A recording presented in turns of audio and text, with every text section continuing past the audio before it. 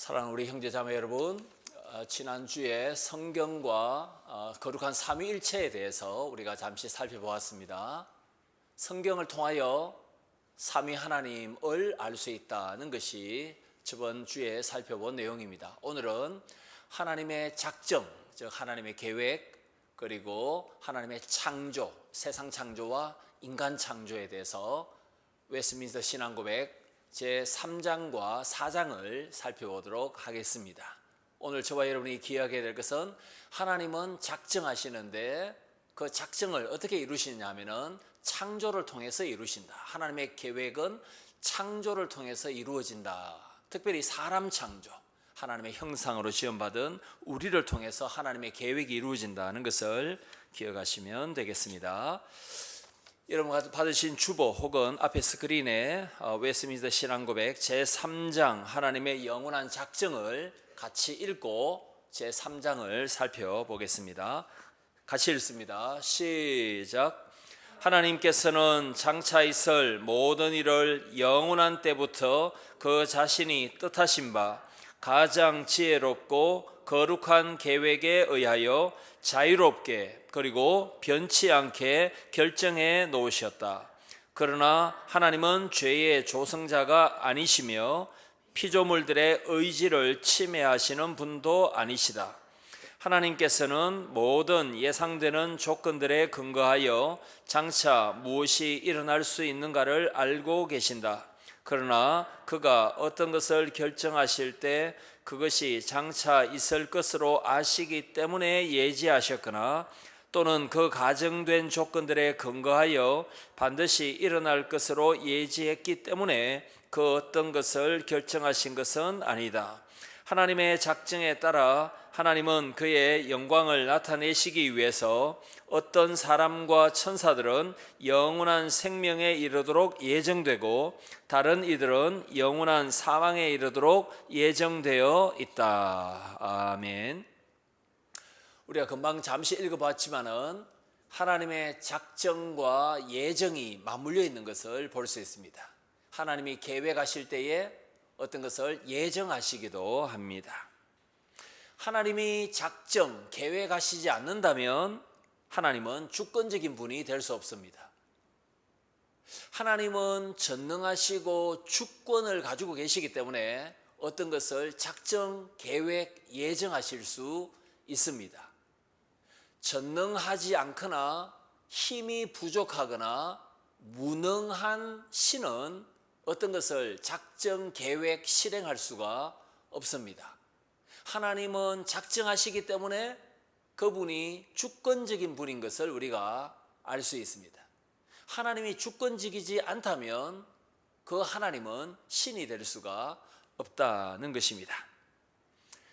하나님은 이 세상에 일어나는 모든 것들을 다 알고 계시죠.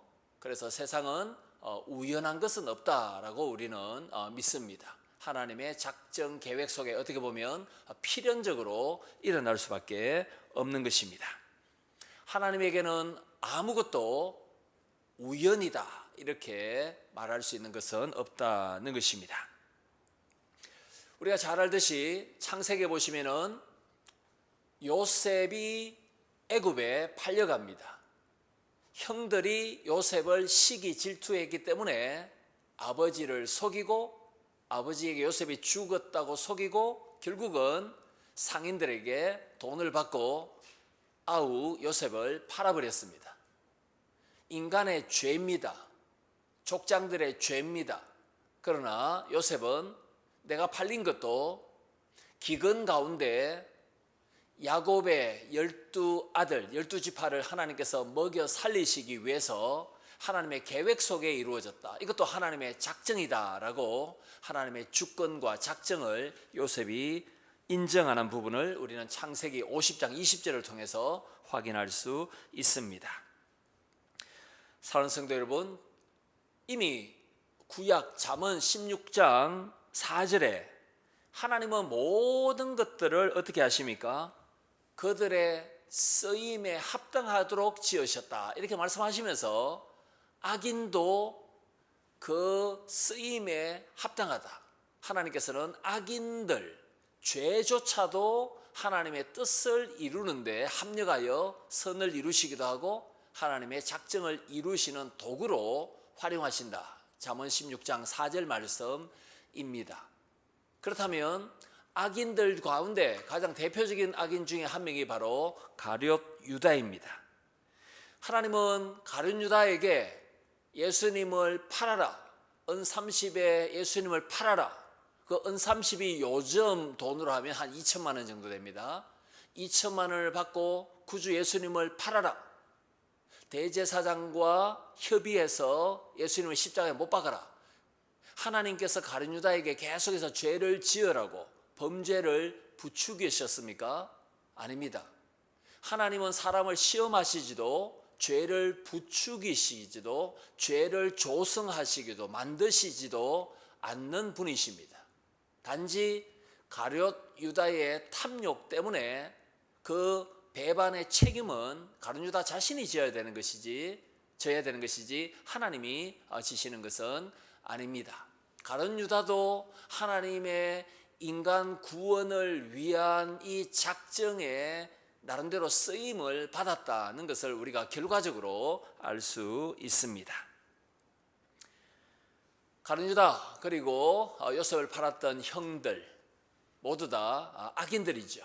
범죄자들입니다. 그러나 하나님께서는 구원으로 이끄시기 위해서 죄인과 죄를 사용하시는 것을 볼 수 있습니다. 저와 여러분은 개혁주의 신앙을 따르고 있습니다. 이 웨스트민스터 신앙고백서 자체가 개혁주의 신학과 신앙을 잘 반영하고 있는 것입니다. 1646년 칼빈 영향 그리고 성경적인 청교도의 그 신학의 17세기 신학의 정점을 보여주는 것이 바로 웨스트민스터 신앙고백서입니다. 개혁주의 신앙의 특징 중에 하나가 바로 하나님의 주권을 인정하는 것이죠. 하나님은 전능하시고 하나님께서 기뻐하시는 뜻을 계획하시고 모든 것을 합력하여 선을 이루시는 방식으로 이루신다, 성취하신다는 것이 바로 하나님의 주권입니다.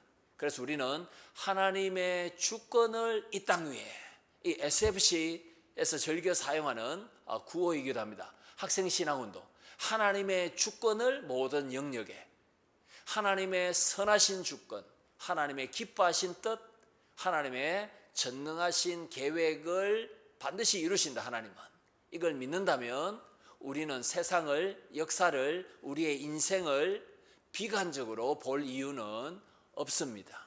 하나님은 선하시게 일하시고 하나님은 지혜롭게 일하시고 하나님은 능력으로 일하시기 때문에 또 우리는 그분을 아버지라고 부르기 때문에 우리가 역사를 비관적으로 염세적으로 볼 이유가 없다는 것입니다. 오늘 웨스트민스터 신앙고백 3장 2절에서 뭐라고 말씀합니까? 하나님은 어떤 것을 예정하실 때에 사람의 공로를 보시고 예정하는 것은 아니다라고 말씀합니다. 우리가 읽었던 이 로마서 9장 말씀에도 13절에 야곱은 내가 사랑하고, 맞습니까? 9장 13절에 내가 야곱은 사랑하고 에서는 미워하였다라고 13절에서 말씀하고 있습니다. 정말로 쌍둥이 형 에서보다 야곱이 하나님의 사랑과 은혜를 더 많이 받을 만한 조건을 충족시켰습니까? 에서보다 조금 더 나은 면은 있지만은 족장들 가운데 야곱이 그렇게 탁월하지 않습니다. 맞습니까? 아브라함의 믿음의 조상 아브라함, 또 뭐 이삭도 아브라함만큼은 또 되지 않는 것 같은데, 그러나 이 야곱조차도 비교해 보면 아브라함과 이삭만큼 탁월하지는 않습니다. 그래서 오히려 우리에게는 좀 더 친근한 인물 같습니다. 너무 완벽하지 않기 때문에. 야곱과 나 사이에 그래도 비슷한 점이 있구나. 야곱과 비교하면 어느 정도 위안이 되지만 너무 탁월한 믿음의 사람들과 비교하면 또 때로는 기죽지도 않습니까? 야곱이 어떤 조건을 다 갖추었기 때문에 하나님께서 감동하셔서 에서보다는 야곱을 내가 더 사랑해야 되겠구나, 그런 것은 아니다는 것입니다. 사람이 어떤 조건을 다 갖추었기 때문에 하나님께서 예정하시고 작정하신 것은 아니다. 이것이 웨스트민스터 3장 2절의 내용입니다. 로마서 8장 29절 30절에도 보시면은 하나님은 미리 아시고 미리 정하셨다. 하나님은 미리 아시고 미리 정하셨다. 이런 말씀도 바로 다 하나님의 작정과 주권을 선택하는 내용이 되겠습니다. 저와 여러분은 한 가지 예정을 믿습니까? 두 가지 예정을 믿습니까? 두 가지 예정을 우리는 믿습니다. 이 두 가지 예정을 이중 예정이다라고 부릅니다. 하나님께서 구원하시기로 예정하셨고 하나님께서 유기, 버리심, 구원하지 않기로 또 예정하신 것도 있습니다.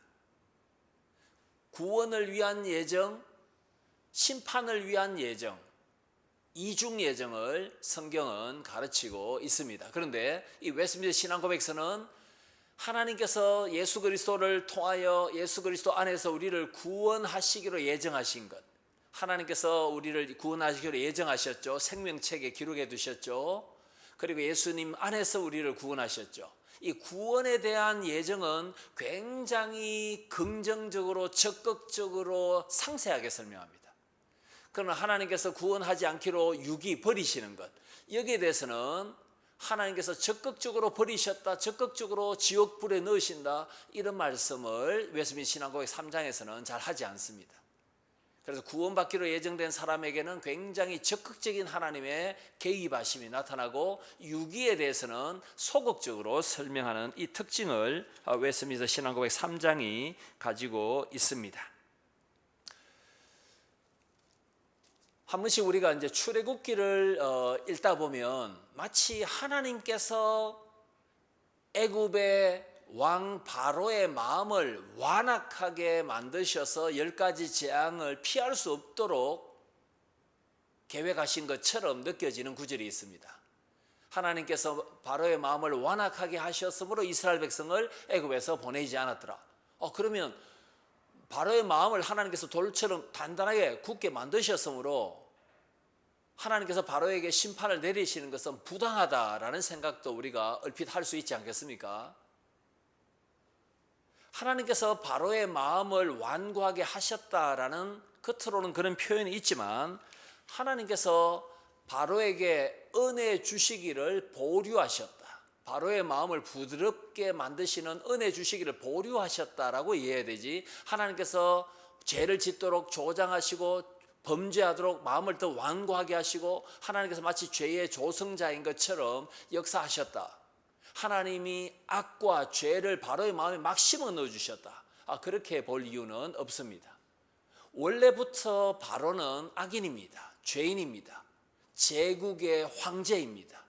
권력과 모든 것을 누리는 사람입니다. 그 상태로 그냥 하나님께서 방치해 두셨습니다. 그 죄악에서 돌이키도록 은혜를 부어주시지 않았을 뿐이지, 그러므로 그 책임을 바로가 져야 되는 것이지 하나님께 죄의 책임을 돌릴 수가 없다라는 것을 알 수 있습니다. 사랑하는 성도 여러분, 이게 조금 어려운 표현이 한 개 등장하는데요. 뭐냐면 하나님께서 우리를 구원하시기로 예정하시는 것이 먼저입니까? 타락이 먼저입니까? 다시 말씀드려서 하나님께서 타락할 것을 아시고 구원의 예정을 주셨습니까? 아니면은 구원의 예정을 주시고 난 뒤에 사람이 타락할 것을 알았습니까? 대부분 개혁주의자들은 창조와 타락이 먼저 있고 그 다음에 구원에 대한 예정이 뒤따른다, 타락 후 선택설을 따릅니다. 인간의 타락을 하나님께서 아시고 그 다음에 하나님께서 타락한 자기 백성을 구원하기를 작정하셨다, 타락 후 예정설, 이것을 많은 개혁주의 학자들이 따르고 있습니다. 이걸 반대말은 이제 타락 전 예정설이 되겠죠.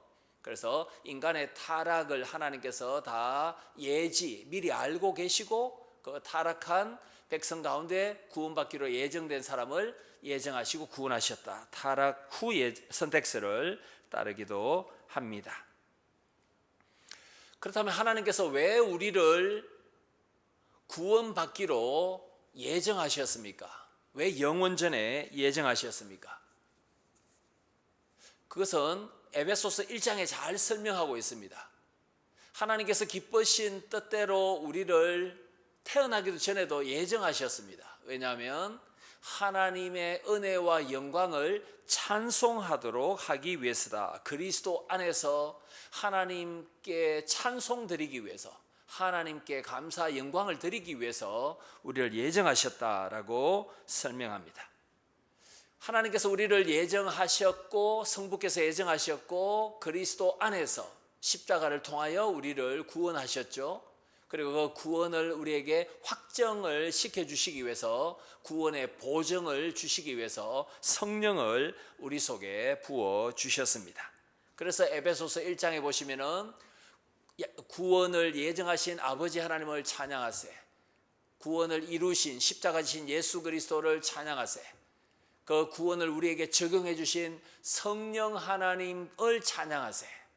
삼위 하나님의 구원 협동 사역에 대해서 우리가 할 수 있는 반응은 감사와 영광을 드리는 것밖에 없다는 것을 에베소서 1장에서 분명히 바울은 설명하고 있습니다.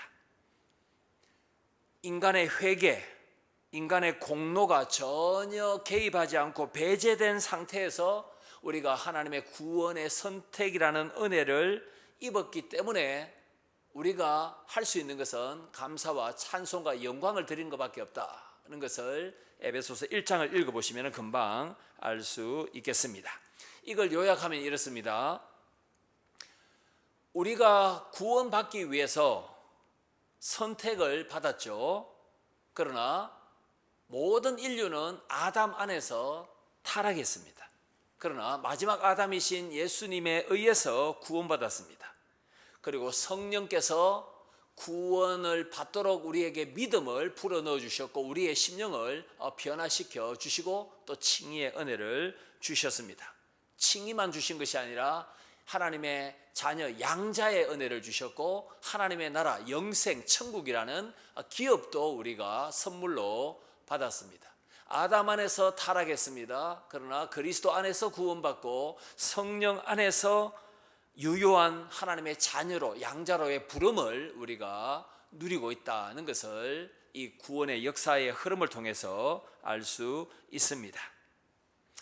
우리가 한 번씩 듣는 말 중에 하나가 이신칭의입니다. 이신, 믿음으로 칭의, 의롭게 칭해진다, 구원받는다 이 말이죠. 그래서 믿음이 먼저고 의가, 칭의가 나중이구나 라는 생각을 이 신칭이라는 말을 들을 때에 자연스럽게 떠올립니다. 그러나 우리가 좀 자세히 생각해 보면 성령 하나님께서 우리의 마음을, 우리의 영혼을 변화시켜 놓으셔야만 믿음이 생깁니다.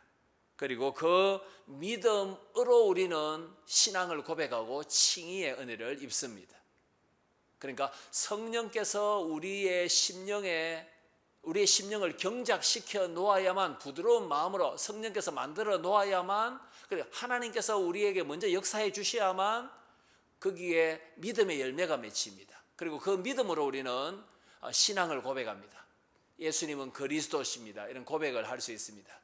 이런 의미에서 성령의 역사와 믿음이 먼저고 그 다음에 칭의의 은혜가 선물로 우리에게 주어진다는 것을 알 수 있습니다. 누가복음 10장 20절에 보시면 예수님께서 너희의 이름이 하늘에 기록된 것으로 기뻐하라는 말씀을 하십니다. 여러분, 바울은 옥중 서신인 빌립보서 4장 4절 등등에서 항상 기뻐하라, 주 안에서 기뻐하라 말씀하셨죠. 그리고 예수님도 기뻐하시는 분이신 것은 분명합니다. 그런데 재밌는 것은 사복음서에 예수님이 기뻐하셨다라는 말씀은 제가 알기로는 한 번밖에 나오지 않습니다. 예수님은 범사에 감사하고 항상 기도하시고 기뻐하신 분 맞습니다. 그런데 정작 예수님이 기뻐하셨다라는 말씀은 누가복음 10장에 한 밖에 나오지 않습니다. 바로 70인 제자가 전도하고 난 뒤에 전도 보고했을 때에 예수님이 기뻐하셨다는 말씀이 나옵니다. 우리가 복음을 전가할 때에 사탄이 하늘에서 떨어지고 악령들이 우리에게 굴복하더이다, 이렇게 선교 보고를 했죠. 이때 예수님께서 누가복음 10장 20절에 너희의 이름이 생명책에 기록된 것으로 인하여 기뻐하라, 이 말씀을 주셨습니다. 생명책에 이름이 기록된 것은 제자들이 태어나기 전에, 우리가 태어나기 전에, 영원 전에 성부께서 기쁘신 뜻대로 작정하신 결과입니다. 그러므로 우리가 해야 될 일은 감사와 찬송밖에 없습니다. 찬송가 가운데 이런 찬송가도 있죠. 나의 이름 생명책에 기록되었을까, 내 이름을 생명책에 기록하옵소서, 이런 찬송이 있죠. 그죠? 그 영어 가사에 보시면은 완전히 다르게 되어 있습니다.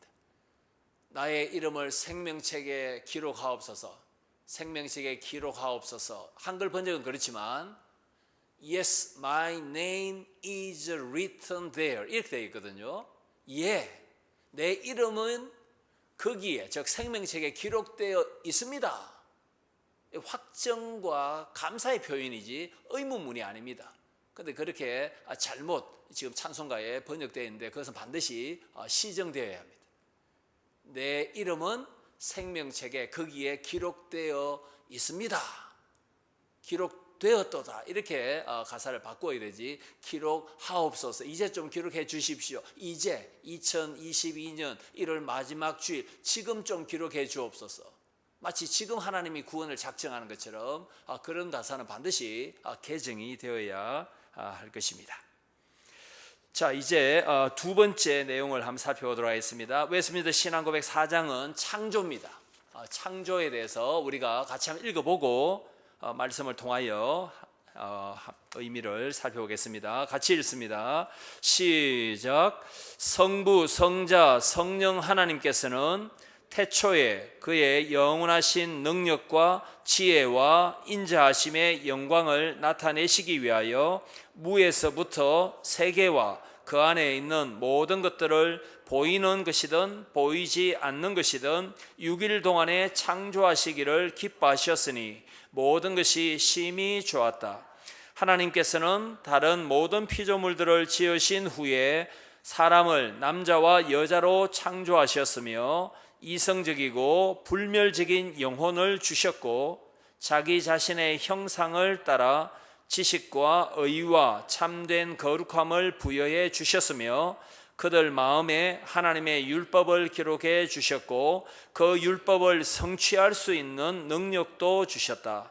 그렇지만 그들이 범죄할 수 있는 가능성 아래 그들 자신의 의지의 자유를 허락해 주셨는 바 그 의지란 변하기 마련이었다. 그들은 마음에 새겨진 율법 외에도 선악을 알게 하는 나무의 열매를 따먹지 말라는 명령을 받았다. 그들은 그 명령을 지키는 동안 하나님과 교통하는 가운데 행복하였으며 또한 피조물들을 다스렸다. 아멘. 4장에서는 창조를 다루는데 크게 두 부분입니다. 천하 만물 창조, 그리고 하나님의 형상으로 지음을 받은 사람 창조. 만물 창조 그리고 사람 창조, 이렇게 두 가지 초점을 가지고 4장에서 설명합니다. 여러분, 하나님의 작정과 계획은 크게 두 가지 방법으로 이루어집니다. 하나는 뭐냐면은 창조이고, 두 번째는 뭐냐면은 창조된 것을 하나님께서 오른손으로 꼭 붙드시고 당기시기도 하고 밀기도 하시고 이렇게 섭리하시는 겁니다. 예, 섭리할 때 그 섭자가 그 한자에 보시면 손수변이 있습니다. 예, 섭이 뭐냐면은 손으로 붙잡아 당기다, 붙잡아 당길 섭자입니다. 출애굽도 하나님의 전능하신 손, 펴신 팔로 이루신 구원의 역사지 않습니까? 에스라 느헤미야서에도 보시면은 하나님의 손, 하나님의 선한 손의 도움으로 이 표현이 굉장히 자주 나타납니다.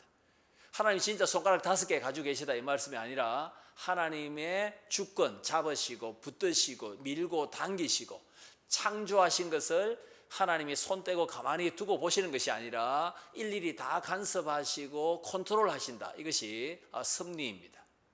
하나님은 작정하신 것을 이루시는데 창조하심으로 그리고 그것을 섭리, 다스리심으로 하나님의 작정을 실제로 성취하고 계시다는 것을 기억해야 합니다. 이런 의미에서 우리는 창조론을 믿습니다.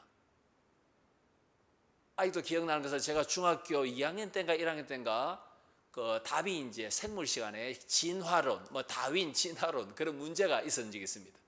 그래서 진화론 쓰고 제 관로 안에 성경에서는 창조론을 가르침 이렇게 또 길게 그 답을 쓴 기억이 납니다.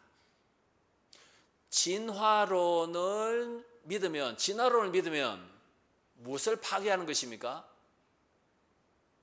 진화론을 믿는다는 것은 하나님의 작정을 허무는 것입니다. 왜냐하면 하나님의 작정은 창조와 섭리를 통해서 나타나기 때문입니다.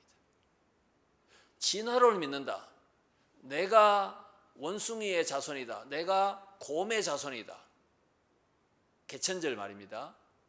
내가 곰의 자손이다. 내가 원숭이의 후손이다. 이것은 하나님의 전능하신 작정과 계획을 부정하는 것입니다. 더 나아가서 창조주 하나님을 영화롭게 하는 것이 아닙니다. 창조론을 따르는 것이 아니기 때문에. 왜 하나님께서 창조하셨습니까? 피조물을 통하여 하나님께서 영광을 받으시기 위해서입니다. 하나님의 작정을 허물고 하나님을 영화롭게, 창조 하나님을 영화롭게 하지 않는 것이 무엇입니까? 진화론을 따르는 악입니다. 그죠? 악. 하나님은 6일 동안 천지를 창조하시고 모든 것들이 하나님의 눈에 심히 좋았다라고 창세기 1장과 2장에서 말씀합니다. 하나님 만드신 모든 천하 만물은 창조주 하나님의 능력과 지혜와 선한 영광을 드러내는 것입니다. 우리가 바다를 볼 때, 산을 볼 때 하나님의 창조의 능력, 보시기에 좋도록 만드신 선한 하나님의 영광을 자연 만물을 통해서도 우리가 확인할 수 있습니다.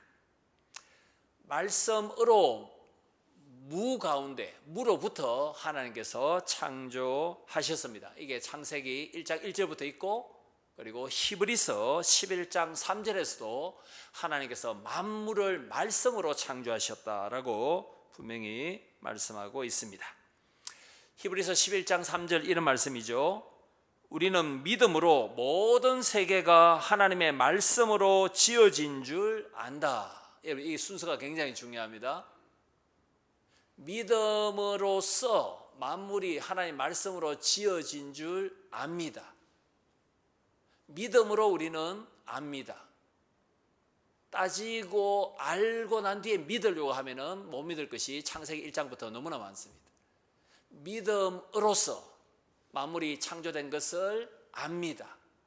생명의 주 예수님께서 여기 계신 것을 내가 믿고 알았습니다.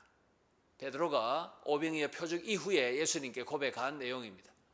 예수님은 생명을 주시는 주님인 것을 내가 믿고 압니다. 그러므로 나는 주님을 떠나지 않겠습니다. 믿고 안다. 이 내용이 지금 웨스트민스터 신앙 고백서 지금 4장에도 나타나고 있습니다. 그런데 4장 이제 2절로 넘어가면은 인간 창조, 사람 창조를 다룹니다. 우리가 잘 알듯이 창세기 1장 26절에 하나님께서는 자신의 형상을 따라서 사람을 창조하셨습니다. 그리고 웨스트민스터 4장 2절에 하나님의 형상 가운데 하나가 뭐냐면은 육체뿐만 아니라 이성적인 것 그리고 불멸의 영혼이다라고 말씀합니다.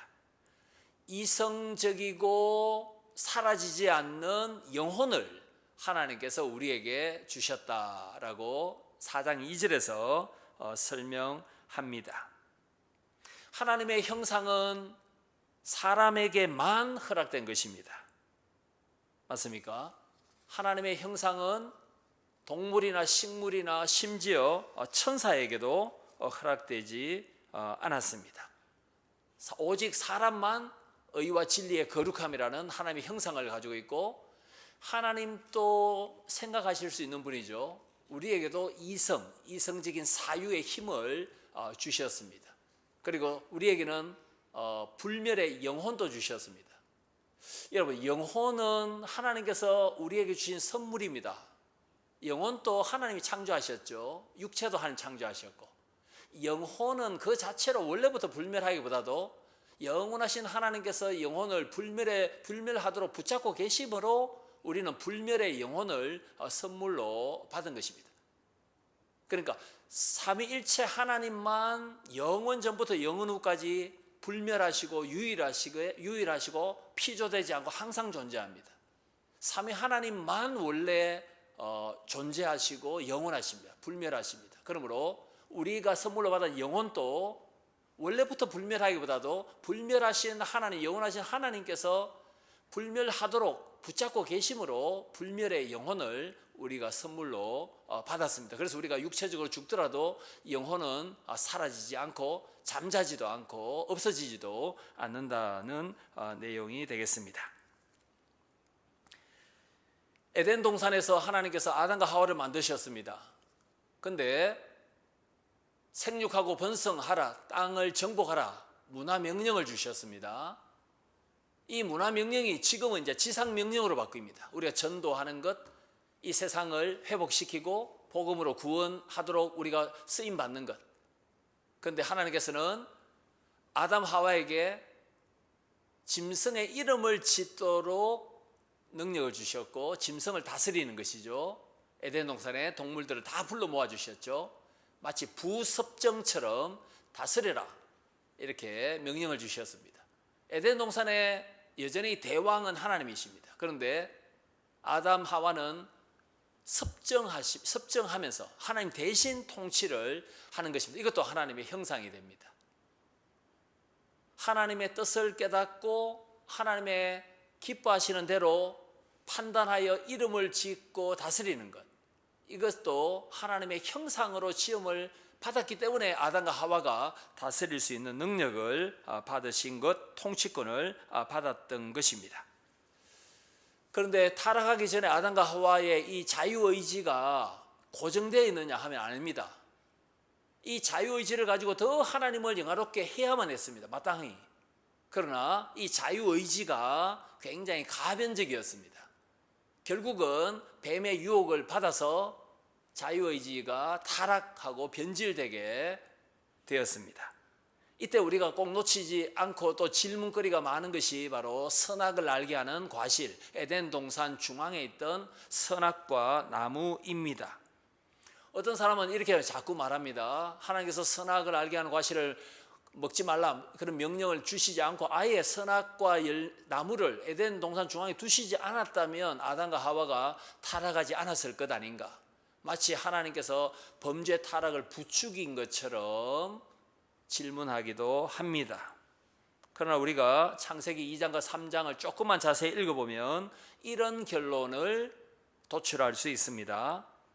에덴 중앙에 그 선악을 알게 하는 나무는 아담과 하와 부부가 창조주 하나님을, 그리고 그분의 말씀을 항상 기억하도록 돕는 은혜의 수단이었습니다. 하나님께서 이 과실을 먹지 말라고 했구나. 하나님께서는 말씀하시는 분이다. 그리고 그 말씀에 내가 순종해야 되겠구나. 동산의 선악과 열매를 바라볼 때마다 하나님은 우리에게 말씀하셨다, 언약하셨다. 그 말씀에 우리가 순종해야 살겠구나. 순종하는 것이 우리의 마땅한 본분이다, 기쁨이다. 하나님의 은혜, 하나님과의 교제를 촉진하도록 만들어주시는 수단이요 통로, 도구가 바로 선악과였습니다. 그러므로 이 선악과는 아담 부부에게 족쇄를 채워서 그들을 억압하기 위한 수단은 결코 아니었다는 것을 알아야 합니다. 우리가 하나님의 말씀, 계명을 우리가 성경을 통해서 확인합니다. 하나님께서 우리에게 이 말씀을 주셨고 이 말씀에 순종할 때 우리는 하나님과 더 친밀한 교제를 누릴 수 있구나. 이 계명과 말씀이 우리에게 족쇄와 무거운 짐은 아닙니다. 오히려 하나님과 정상적인 교제를 하도록 하나님께서 은혜의 수단으로 주신 것이 신앙과 삶의 표준으로서의 하나님의 말씀이 되겠습니다. 말씀이 족쇄가 아니듯이 선악과 열매도 원래부터 자유의지를 말살하고 억압하고 숨 못 쉬도록 숨통을 조이도록 만드는 그런 것이 아니었다는 것을 우리가 기억해야 하겠습니다.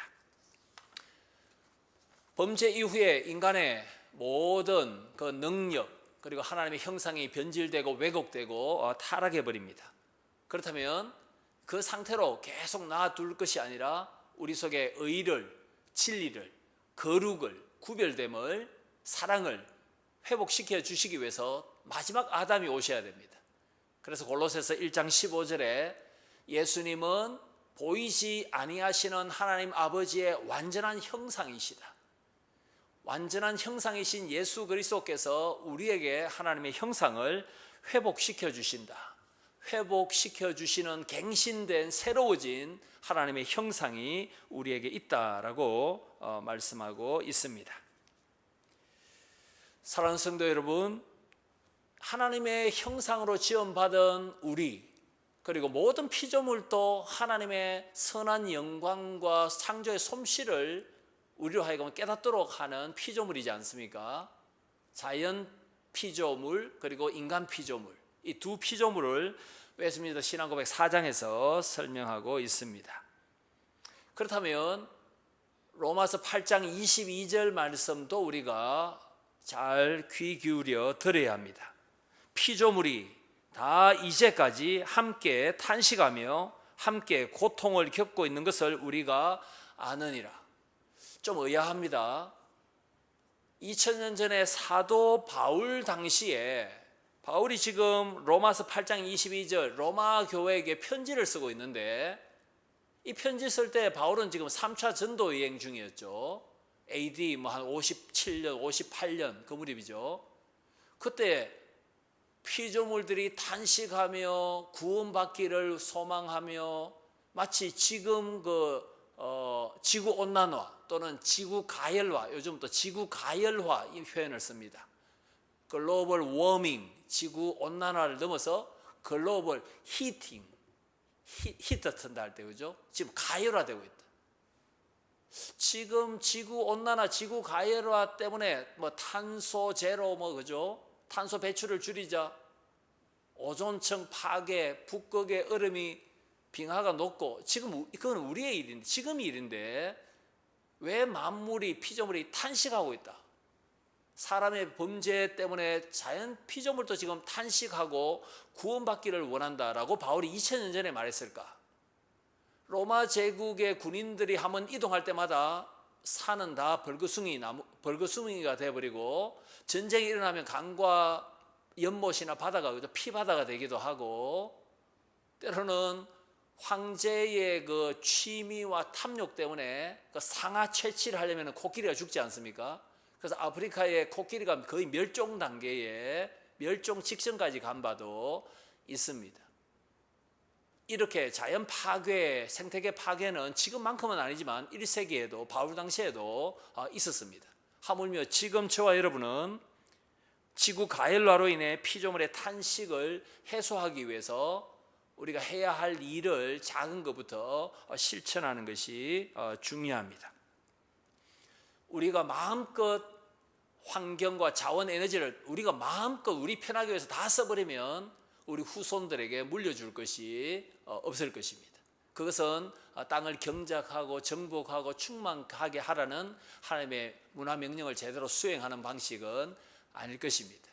우리가 조금 더 불편을 감수한다면 하나님께서 선물로 주신 이 피조 세계를 우리가 좀 더 잘 다스릴 수 있고 보존하고 친환경적으로 개발할 수도 있을 것입니다. 그리고 우리는 지금 어떻게 하나님의 형상을 예수 그리스도로 말미암아 회복된 은혜를 입고 어떻게 제대로 살 수 있는가? 하나님의 의와 진리의 거룩함이라는 형상이 회복되었는데 완전한 하나님의 형상이신 예수님으로 말미암아 우리에게 하나님의 형상이 회복되었다면 이 회복된 하나님의 형상을 가지고 어떻게 살 수 있는가도 고민을 해야 하겠습니다. 새로운 피조물로서 성령 충만하여 의롭고 진실되고 거룩한 생활을 하도록 열망을 해야 되겠죠.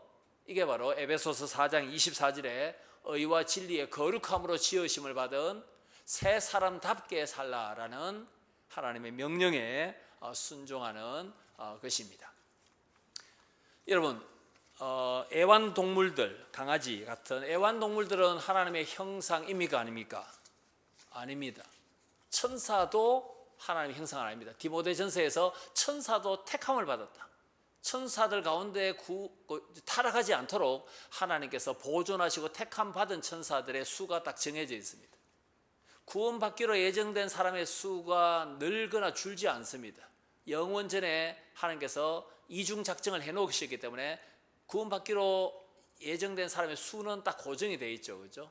하나님은 영원전부터 영원 후까지 아담부터 주님 재림 때까지 모든 사람들의 그 구원받기로 예정된 숫자를 다 작정해 두셨습니다.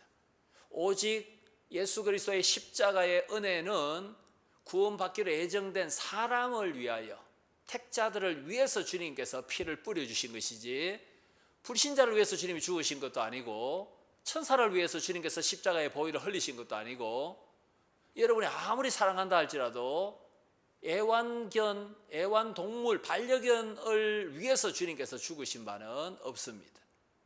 그래서 애완견 화장하고 애완견에 또 구원이 있는가 이런 것들은 경건에 그렇게 도움이 되지 않는 그러한 의문들입니다. 동물을 사랑하고 애완견을 사랑하는 것은 아끼고 보호하는 것은 좋지만 그 사랑이 사람 사랑보다 더 탁월하거나 뛰어나거나 지나쳐서는 안 된다는 것입니다.